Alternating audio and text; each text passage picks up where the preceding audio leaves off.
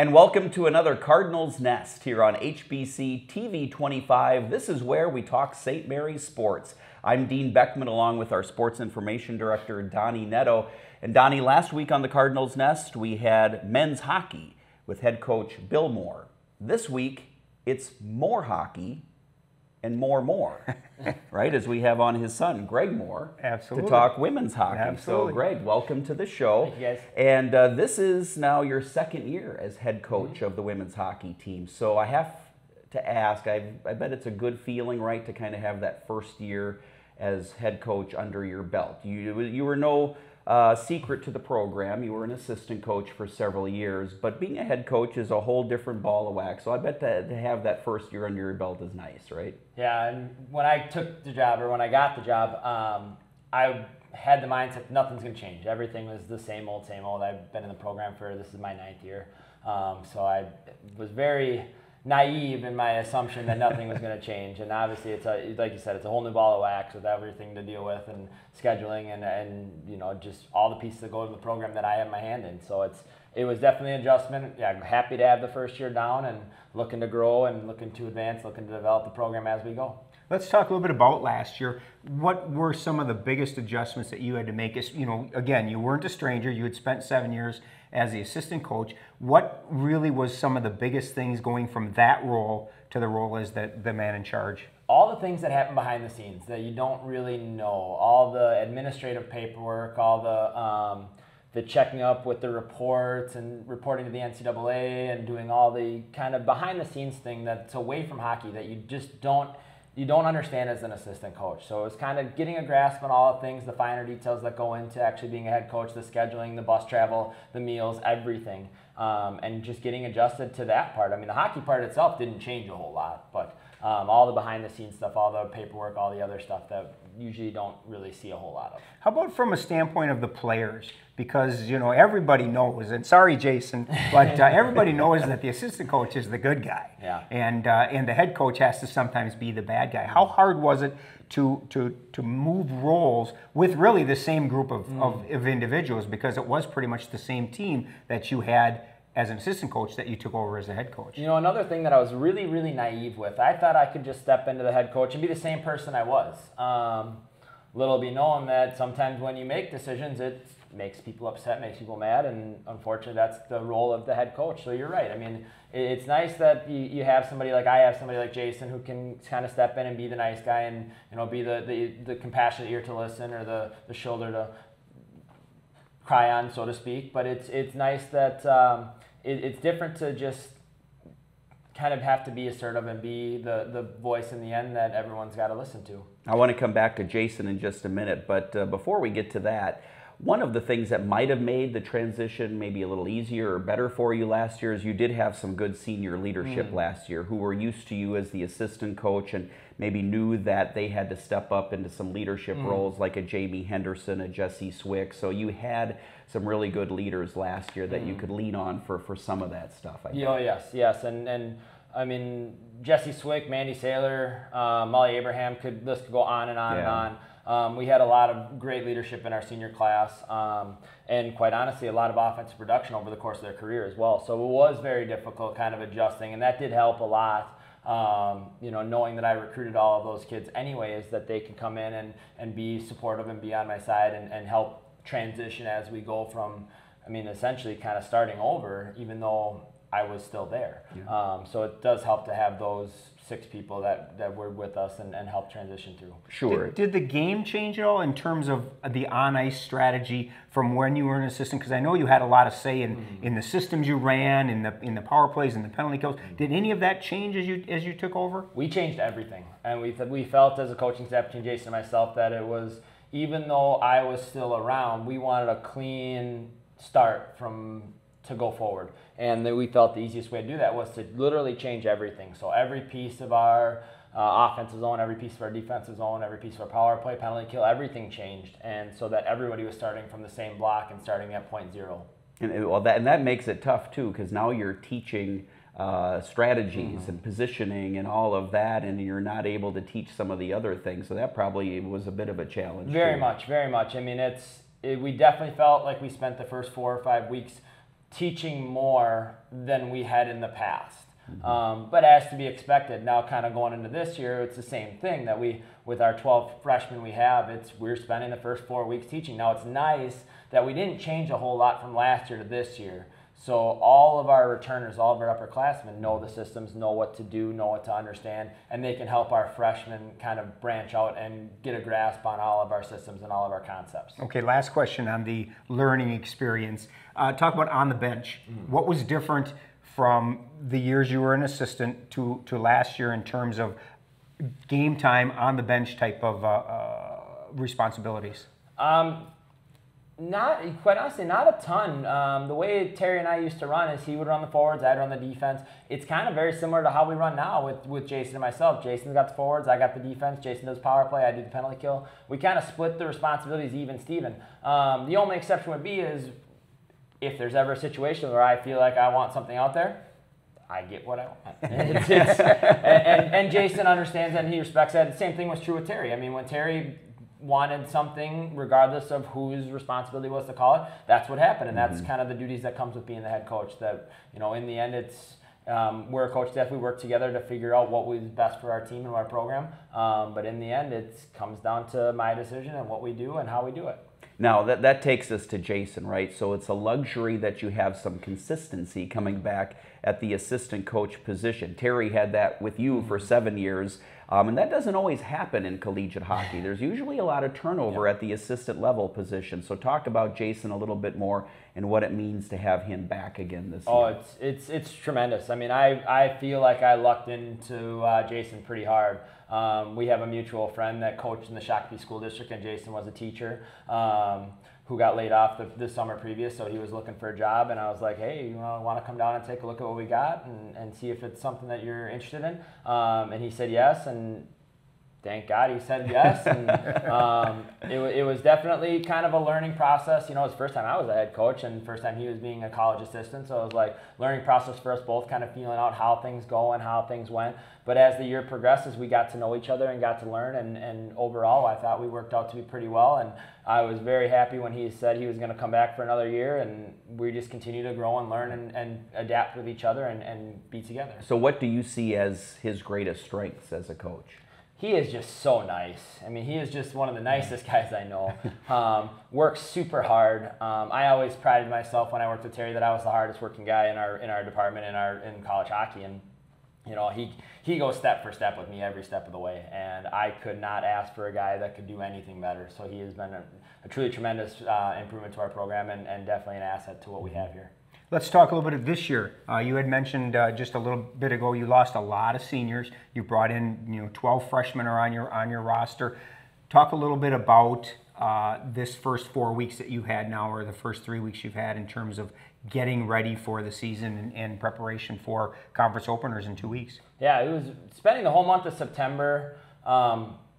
Just being on campus but not even being able to watch or participate was really, really hard, especially when we got a year like this year where we have 12 freshmen.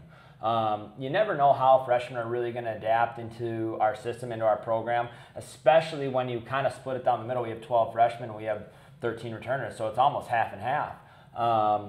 So it was a little bit of a question mark in how everything was going to transpire, how things were going to go. Once we got into October and we got getting to go, it was an eye-opener that our freshmen came to play, and they picked up our energy, they picked up our intensity, and quite honestly, our upperclassmen feed off of that. They see our freshmen going, and they just pick it up a notch, and they want to go too. So in terms of energy and effort and intensity, have been really, really great through the first 4 weeks. Like I said, going through this past weekend, we had very good success and did a lot of good things. Still got a lot of learning to do going into St. Thomas next weekend, but overall it's been a really great start and we'll kind of pick it up and keep going. So when you were on the recruiting trail last year as head coach now and you knew what you were going to be losing, what were some of the specific qualities you were looking for in those 12 freshmen that you brought in? Quite honestly, we wanted kids that were willing to work. Mm-hmm. For us, Jason and I, we had a little mantra with our recruiting that good people make good Cardinals. And we wanted people that were going to be good citizens of the university, good members of our team, good members of the community.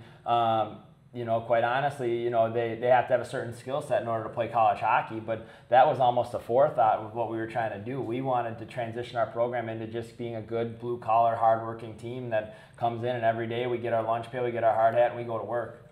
And so far, it's been everything that we've ever dreamed of. So when you're selling them on coming to St. Mary's and being a good Cardinal, how much do you talk to them about playing in the conference and some of the elite competition that they're going to face in the conference? Quite honestly, not a ton, but we generalize the conference with the West Coast, or I shouldn't even say West Coast, the Midwest. Within the MIAC, the WIAC, the NCHA, we have some really, really quality teams that we get to play every single day. So that's one thing that we talk about all the time. Our non-conference schedule this year, we have Eau Claire, River Falls. We play Adrian next year. We play Lake Forest in different years. So we play some really quality teams, nationally ranked teams that we kind of sell on. And with the MIAC is just the kind of the cherry on top of the sundae. I mean, with St. Thomas, Gustavus, Hamlin, and Augsburg, and all the other teams. It's quality competition every single day. So Donnie, we're at kind of a good breaking point now. So we're going to take a short break, and then when we come back with Greg Moore, we'll talk about his 2 season opening games, non-conference games that they've had, and then we'll get into the conference schedule a little bit deeper. That's next here on HBC's Cardinals Nest. Schultz Strategic Gunworks, Sugarloaf Ford, and Brewski's Bar and Grill in Utica would like to remind you to make safe choices when getting behind the wheel of a vehicle. Driving while under the influence of alcohol or drugs is the #1 cause of teen deaths. Distracted driving increases your chances to have a traffic accident. Cell phones and passengers are both distractions to a teen driver. Drowsiness impairs driving performance and reaction time, thereby increasing the likelihood of having a car accident. Be sure to check out US Golf TV, where you are going to see golf products that you have never seen before. You're also going to see golf tips from some of the leading instructors around the country that are truly changing the way people are teaching the game and challenging the status quo. Also, you're going to see fitness tips that are revolutionizing the way PGA Tour pros are training their body and swinging the golf club. If you want something different, if you're looking for some new information, US Golf TV has it. Be sure to check your local listings. US Golf TV, we've got you covered. Describe the best thing you ever ate. It's good. Woo! Dynamite. Yes. Hashtag worth it. Ridiculous. OMG, OMG. Whoa. Wham. What? That's what I'm talking about. Hey. Boom. All new, the best thing I ever ate. Thursday at 9. You're gonna need sweatpants. Cooking Channel. Stay hungry. And we're back on the Cardinals Nest with women's hockey coach Greg Moore. As women's hockey, our focus this week on the Nest. And Greg, we talked about recruiting when we before the break, and so now you've seen some of those freshmen in action, right? You played 2 non-conference games, and you've come away with 2 victories. So tell us about those 2 wins. You scored a lot of goals. Scored a lot of goals, and that was a very nice thing. We were going through practice the first 3 weeks that we had practice before our first games. That was one thing Jason and I noticed. So we were struggling a little bit to score goals in practice, and we couldn't tell if it was our goaltending and our defense is that good or if our offense isn't that good. So it's nice to know that it's kind of a little bit of both, that we had great offensive production. We had some really good defense between both games, only giving up 3 goals on the weekend. That everything looks like it's on the up and up, but it was definitely a great feeling to get out there and start playing against other people other than scrimmaging ourselves every day. Right. Do you look at, how do you put a grade on those 2 games in terms of what you can take from it? Obviously, as a coach, you want to win. Coming away with a 6-3, 4-0 victories is great, but as we talked off camera yesterday, still a lot to work on. So talk a little bit about the pros that you saw from those 2 games, and then maybe some things that you still need to shore up a little bit. Yeah, I think definitely our play in the offensive zone was really well. On a team aspect and an individual. We had some great individual plays, some great team plays. We were getting a lot of pucks to the net. Did a great job in the offensive zone.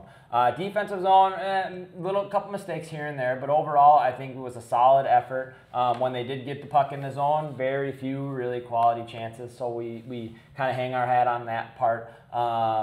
I think just the overall game flow. I think just finding ways. I think there were a couple times during Friday and Saturday when we had 2 or 3 goal leads that we kind of let off the gas a little bit. And in the MIAC, if you let off the gas even for a half a second, other team's going to capitalize, and all of a sudden you're back on your heels for a significant part of the game. So we just got to make sure we keep our foot on the gas and keep moving forward. Talk a little bit about the leaders of this team. You know, people that with so many young freshmen that are stepping up to be the people that make sure that this all comes together as one group. Yeah, it was one that I really challenged our returning players. We knew at the end of last year that we had 13 returners coming. We knew that we had 13 freshmen coming in. So it was really one thing I challenged all the returners that, you know, you might be a sophomore, you might be a junior, you might be a senior, but every single one of you is going to be a leader, and every single one of you is going to be asked to be a positive role model for a freshman that comes into our program. So it's something that I challenged all of our returners to do. You know, obviously we have our captains. Ashley Corcoran is a solid leader that's been around the program for 3 years. Coming back from a little bit of an injury, so she didn't play at all this past weekend. But again, just a solid overall person. You know, great student in the classroom, great person off the ice, and she's kind of like our little mom of the group. That she kind of has all the problems and kind of talks people down. So it's nice to have that kind of calming voice. Natalie Ryan is another assistant captain, and she's kind of the complete opposite. She's our intense person. She's the one that'll tell it like it is, get the best out of you. We'll be right there to back you up every step of the way, but isn't afraid to tell you how she feels. And you know, you go up and down. I mean, you got to talk Bailey Wen, you can talk Maria Herman, you can talk Courtney Moser, Carol Kraska. I mean, Delaney Wolf. Every single person on our roster that is a returner has a role as a leader on our team, and it's been really, really fun to see kind of them grow into those kind of roles. And we know that we have a solid core of upperclassmen that can kind of lead us into the next steps of the way along our program. And now I'll ask you the same question, only looking at the freshmen. And I know we don't want to leave too many out or anything like that, so there's always that risk. But who do you see as some of the freshmen that you're going to be needing some early season production from? I think that without a doubt, Sophia Zebro this past weekend was a force. Scored 3 goals for us over the 2 games. She played really, really well, stepping into the college game pretty well. Carson Sheridan's another one that scored her first collegiate goal against Marion this past weekend. Lauren Folker played really well as well. Didn't play Friday, but played Saturday. You go down the list, again, you don't want to leave anybody out, but I think especially our freshman defensemen played really, really well, stepping into some key roles. Rosie Krause, Emma Pipper, all people that we are going to look to kind of carry a load at some point throughout the season. So again, we talk about this solid core of upperclassmen that we have to kind of lead us into the way. We have a solid class of freshmen that are there to kind of help out and pick up some of the slack as well. You know, you talked a lot about goal scoring. 10 goals is obviously awesome. You returned this year with 2 goalies returning, in Ashley and Ari Ziakis. And then you've got Jordan Keeley, who comes up and gets a shutout in her first collegiate start to kind of add her name into the mix. You got to be feeling really good about your goaltending crew right now. Oh my gosh, I don't think there's a spot on our team that I don't feel confident about. Offensively, defensively, goaltending. I mean, we are set to have a solid play. And then it was one thing in all our individual meetings. We talked specifically with the goalies and other people as well, but you know, when we pick our lineup, we have to pick 4 people that don't play every game. And what I told them is, you know what, I don't want to make this an easy decision. I want this to be as hard as I possibly can. So you guys have to make it hard on me to figure out who's going to play. And no disrespect to anybody. Everyone's got the ability to step in and play solid and then give us some W's. But in the end, in terms of the net, only one of you gets to play every game. And I know you all want to play, but the fact of the matter is you all can't. So you all have to push each other and be better. And yeah, go into your first college start and get a shutout is quite the curtain call on your first go around. So it was really well to see Jordan Keeley play so well. So Greg, coming up on Friday at 7 o'clock right here on HBC TV 25, we have the matchup with St. Thomas. So, a week from Friday. Or it's a week from Friday, yeah, correct. Friday. So it's coming up. So give us a little conference preview a little bit. What can we expect? You know, it's in the conference, I don't think a whole lot's changed. I mean, Hamlin walks away with the tournament championship from last year. They're going to be a solid team. Gustavus, again, going to be a solid team. St. Thomas, who wasn't eligible for playoffs last year, held a share of the MIC regular season playoffs or regular season championship. They're going to be solid. I mean, it's going to be an absolute battle. I think right now Thomas comes in as number 10, if I'm not mistaken, in the national top 10. So they're going to be a really solid team coming off a couple wins against Lake Forest, who again is another solid team out of the NCHA. They're going to be really strong, and they're going to be a good battle test for us to see if we're ready for MIC play coming this season. You know, I thought it was interesting when we talked yesterday. You guys played last weekend. Now you've got this weekend off. You don't play. And I thought, hey, this is a great thing for you. You get 2 weeks to prepare for St. Thomas. And yet you said, well, yeah, it works that way, but it also works the other way. We'd rather maybe have another game. Talk a little bit about this break within the early part of the season, the pros and the cons to it. Yeah, it's one of those things that that's the way the schedule works. We only get 25 games. You know, we have 30-some weekends that we can play in a given season. So at some point, we're gonna have an off day, and unfortunately, it was one that we just couldn't find anyone to schedule games this weekend. It's nice that we can kind of evaluate our games this past weekend, really take some time and figure out where we need some work, where we need to kind of focus our adjustments a little bit. But when you play so well offensively, you want to keep the momentum rolling as best you can. So that is a con that we have to kind of sit back for 2 weeks until we play St. Thomas, when we're rolling high off a couple wins and feeling good about ourselves and the way we played, that we'd like to kind of keep the foot on the gas again and just keep rolling. But it's unfortunately not the way our schedule works. Well, I'm not going to lie, Greg. As one of the broadcasters of the team, I was glad to see no January 1st game this year. We had that last year, but it was fun. It was a good atmosphere. I do want to ask, though, hockey is one of those sports, and now as head coach, you have to decide, what do I do with that Christmas break time?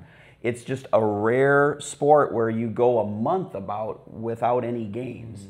And you've got the Christmas break from an academic standpoint in there for the students. So you go from December 8th to January 4th without having a game. What's your plan this year, and is it going to be any different from what you've done in years past? No, I don't think it's going to be any different. I mean, we try to give our kids as much of a break as we possibly can. I mean, you talk about the winter season in general is just very, very long comparatively to the other seasons. I mean, we get 19 weeks in our season, and when you factor in all the breaks and different things like that, it ends up being almost 4 months that we're playing, from the beginning parts of October through the end of February and the early parts of March. So it ends up being just an absolute grind and takes a toll on everybody physically, mentally, and emotionally. So it's nice to kind of be able to say, hey, go home, enjoy your time off, enjoy your stuff. You know, hopefully they're being a little bit physical when they get home and riding a bike or going and find some ice to go skate or something like that. But it's one of those things that everybody has to deal with the same thing. It's not like we're the only ones that have to deal with this break. So everybody's in the same boat. Everybody takes about 3 weeks off around Christmas. Everyone's got to come back and try to pick it up right where they left it off. And it's a difficult thing. It's definitely one of the things that separates the good teams from the great teams. And those teams that can kind of come back and pick things up and keep playing the way they did prior to break are the ones that usually find success towards the end part of the season.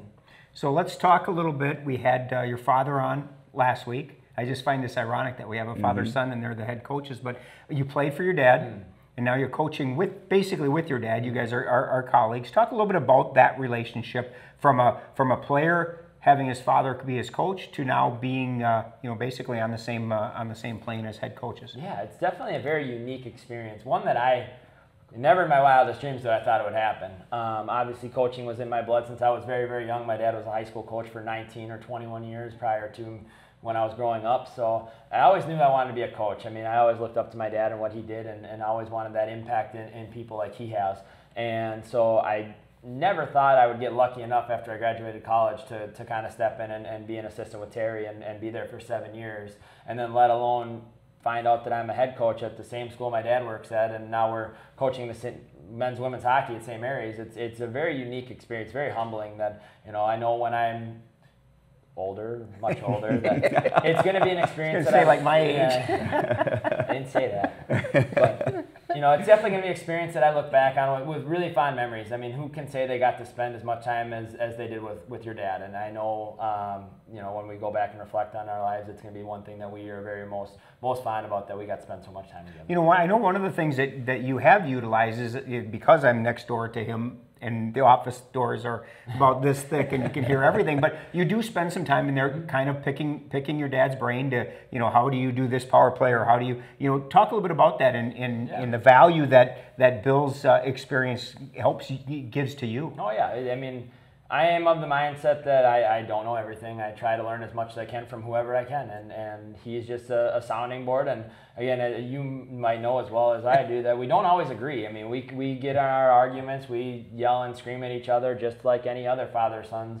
But in the end, I mean, it's just a viewpoint, and you try to kind of take opposing viewpoints and try to get as many input as you can and try to figure out what's going to work best for your team. And in the end, it's a great opportunity to have someone that I've known for 31 years coaching the same sport at the same school I am. So it's nice that we can sound off each other and say, hey, what do you think of this? What do you think of that? How'd you do?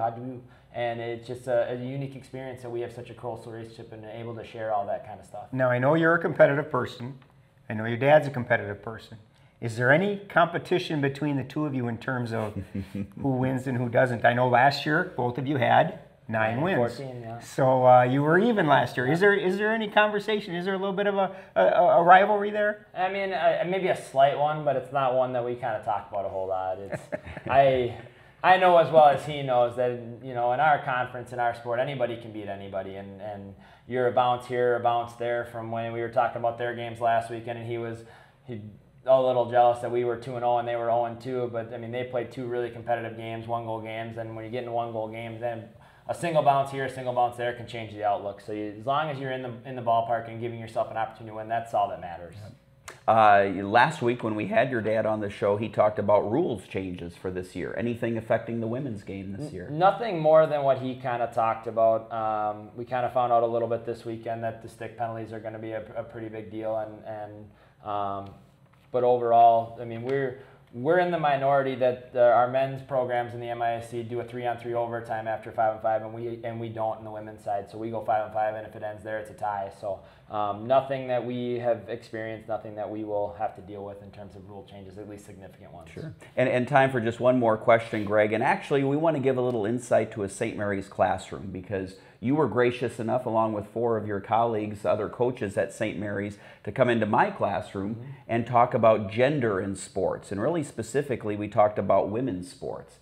Give us your perspective on that panel discussion, because we hit on a lot of topics. We had some of the male coaches in who coach female athletes, and then we talked about all of the other issues regarding equity and Title IX and things like that. So just your perspective on the direction of that panel discussion and what maybe you took out of it. Yeah, I didn't know we were doing hardline tonight. But okay. No, it was really good. I think we live in a society nowadays, especially as of most recently with all the gender topics that have come up recently, and it's definitely a very hot button issue, and something that we all need to be very, very aware of how the perception of women in sports are being treated, and especially women in general. So it's definitely a unique experience as myself being a male coach in a female sport, that I lend a very unique input into how things roll and how things go, especially when you consider Jason and I are both male coaches coaching a female sport. It's nice to have the female perspective when it comes to coaching females, because obviously I am not one. But it was definitely brought up a lot of topics, a lot of good conversation. I hope the students enjoyed it, and I hope the students found some value in gaining experience, because a lot of them don't have experience as an authoritative figure over another gender, especially as one as unique as a women's sport, whether it's hockey, soccer, softball, whatever the case may be. That we lend that kind of opportunity to how we lead a group of females all together. Good. So, all right, Greg Moore, our women's hockey coach at St. Mary's, thanks for being on, and good luck here as you get ready to go into the conference season and kind of the first part here before Christmas break. So, thank you.